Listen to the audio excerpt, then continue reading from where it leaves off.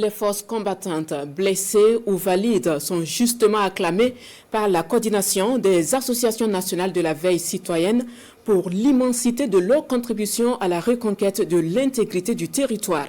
Face à la presse, la coordination note plusieurs acquis sur le terrain et réaffirme à l'occasion son soutien à la transition, non sans avoir livré sa lecture de la dynamique de gouvernance et des relations diplomatiques dans la sous-région. Bernard Kombilem, Moumouniwanga. Face aux hommes de médias, la coordination nationale des associations de veille citoyenne CNAVC décrypte la situation nationale. Une situation marquée selon elle par des acquis dans la lutte contre les forces du mal.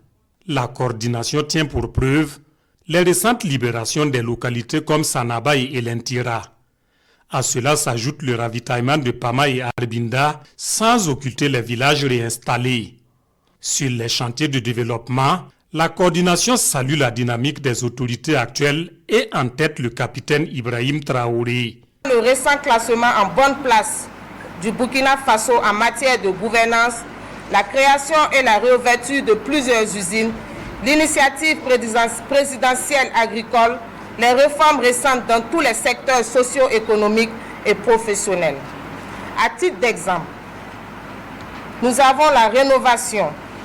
Après 3 années d'arrêt du bloc opératoire d'urgence traumatologique de l'hôpital Yalgado-Ouedraogo, la baisse effective du coût de certains examens, comme le scanner et l'IRM, la pose de la première pierre de l'usine de transformation du coton la semaine dernière à Sourgou dans le Boulkiemde, le lancement des journées d'engagement patriotique et de participation citoyenne.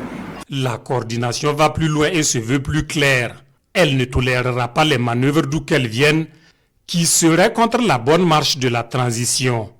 Elle appelle donc tous ceux qui rêvent d'un Burkina victorieux à l'union sacrée. Malheureusement, ces derniers temps où nous enregistrons de multiples exploits du régime en place, des brebis égarées, tapis dans des officines avec des valets locaux et des esclaves de salon, n'ont toujours pas compris le message de patriotisme lancé depuis le 30 septembre 2022.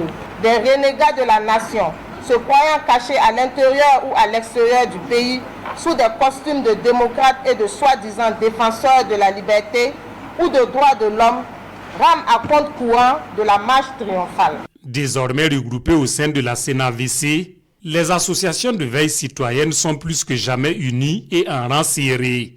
Une communion de vues pour être ainsi au diapason des défis de l'heure.